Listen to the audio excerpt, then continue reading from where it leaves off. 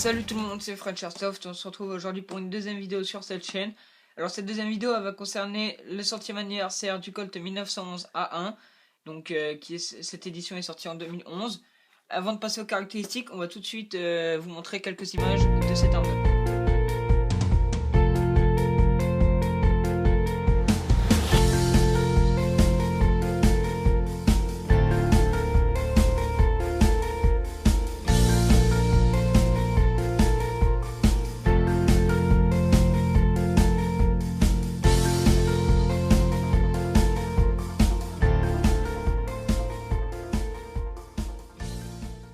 Alors tout d'abord, dans cette boîte, nous avons cette notice qui nous montre que cette réplique a une énergie de 1,2 joules maximum. Ensuite, on a quelques instructions pour nous montrer comment mettre le chargeur, comment l'enlever, comment mettre les billes et la cartouche de CO2. Après, on a comment fonctionnent les sécurités. Donc on nous montre les différentes sécurités qu'il y a sur cette arme de poing. Là, ce sont quelques instructions où on nous dit les choses qui sont interdites de faire avec ce genre de réplique. Ensuite, dans cette boîte, nous avons un sachet de 100 billes de 20 grammes offert. Une clé Allen qui va nous servir à mettre la cartouche de CO2 dans le chargeur. Le fameux chargeur en question qui lui est en full métal. Alors pour mettre la cartouche de CO2, vous avez juste à dévisser avec votre clé Allen que je vous ai montré précédemment cette pièce pour pouvoir insérer la cartouche de CO2, puis vous avez juste à la resserrer très rapidement un coup fort pour que celle-ci soit activée. Pour mettre les billes, c'est tout simple, hein. Vous avez un petit ressort là, vous tirez, puis après vous tirez celui-là, et vous avez juste à insérer les billes, comme vous voyez. Donc c'est un chargeur d'une capacité de 17 billes, ce qui c'est pas mal quand même. 17 billes, ça fait, vous avez le temps d'utiliser un chargeur. Ce qu'il faut savoir, c'est que les cartouches de CO2 sur cette arme de poing font à peu près 3 chargeurs et demi. Donc pareil, 3 chargeurs et demi de 17 billes, vous avez de quoi tirer pas mal de billes, hein. Pas loin de 50 billes, donc ça c'est vraiment pas mal.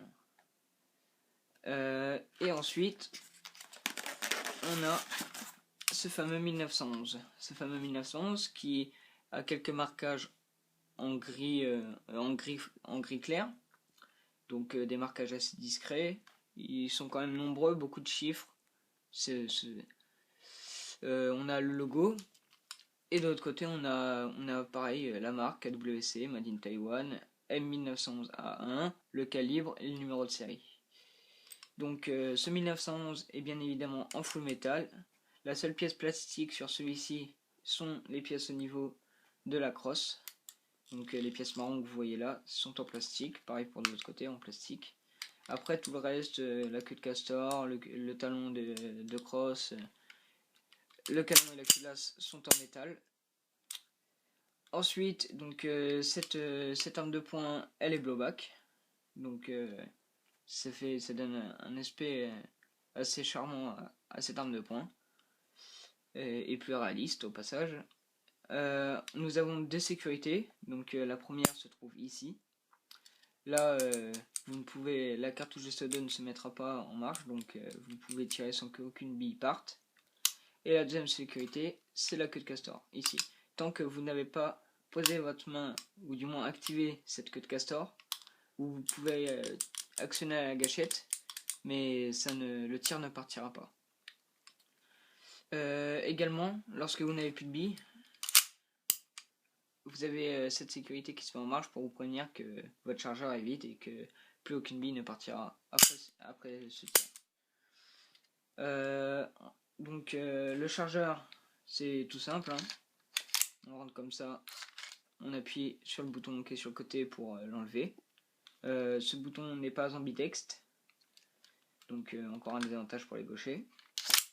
On a une attache sangle en bas au talon de crosse. Ce 1911 a une puissance de 1,2 joules comme on l'a vu. soit 352 fps avec, avec des billes 20 grammes. Et si vous mettez du 12 grammes, il monte à plus de 400 fps. Donc je vous le déconseille parce que vous ne pourrez pas jouer sur aucun terrain qui respecte les consignes qui sont autorisées. Pour la présentation, je pense que c'est fini. Ah si, je vais rajouter un petit dernier truc au niveau de la précision, du fait que la culasse soit mobile, donc blowback. La précision n'est pas super terrible. Vous avez un léger recul. En fait, vous avez besoin de vous y habituer pour bien viser. On verra ça dans le temps de tir après, quand on fera les tests. Vous verrez que il faut un certain nombre de temps pour bien ajuster sa cible, parce que sinon, si vous tirez comme ça plein de fois pour canarder votre ennemi, avec le recul, les billes peuvent partir un petit peu n'importe où. Donc on va tout de suite passer aux avantages de cette réplique. Donc l'avantage de ce 1911, c'est bien évidemment sa matière, son poids et le fait qu'elle soit blowback qui rend cette arme de poing d'airsoft vraiment réaliste. On a un léger recul qui donne du charme à ce 1911, et également son poids, parce que je n'ai plus en tête son poids, mais je peux vous dire que lorsque vous l'avez dans les mains, c'est limite si vous avez l'impression d'en avoir un vrai, donc c'est très agréable à avoir. Son deuxième avantage, la durée de cartouche de CO2 qui est quand même assez élevée, hein, un peu plus de 50 billes, donc 3 chargeurs et demi, ça va quand même, ça rentabilise largement le prix de la cartouche, je trouve. Autre avantage, la sécurité. Donc le fait d'en avoir deux, c'est vraiment un très gros avantage. Celui-là, en gros, là vous avez deux sécurités en une. Là, si vous activez la sécurité du haut et que vous n'avez pas la main, vous avez deux sécurités. Vous avez 2 fois moins de chance qu'une bille parte par égard. Et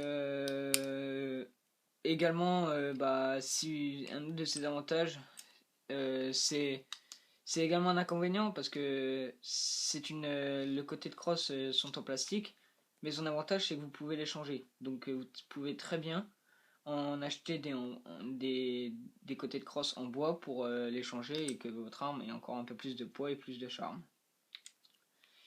Un de ses autres avantages, c'est le fait que les billes soient faciles à mettre. Donc comme je vous l'ai dit tout à l'heure, vous avez juste à tirer le ressort qui est là, puis ce deuxième ressort par la suite pour mettre les billes.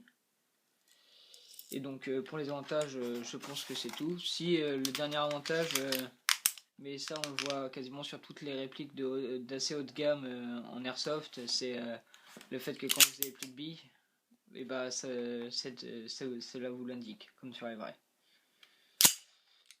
Donc pour les avantages c'est fini, maintenant on va parler des inconvénients.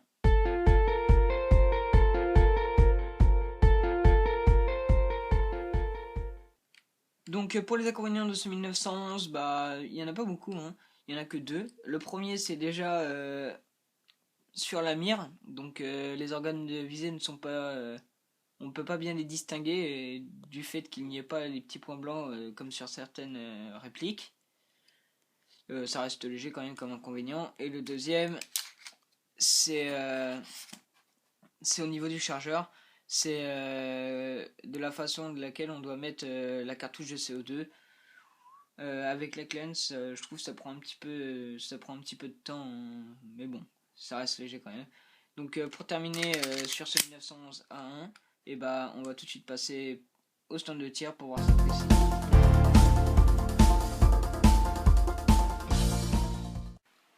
Donc on va terminer cette vidéo sur un petit tir, sur quelques tests de tir à 10 mètres sur une petite cible. Donc on va voir ce que ça donne niveau précision.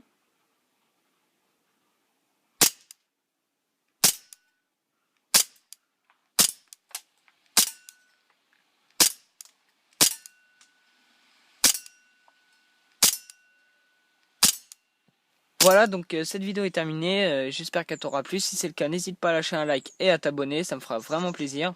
On se retrouvera pour la prochaine vidéo. Ça sera une vidéo de présentation sur l'AK74U, donc de chez Sima. Pareil, j'espère que cette vidéo te plaira, mais on en reparlera au moment venu. Donc sur ce, je te dis salut et à la prochaine.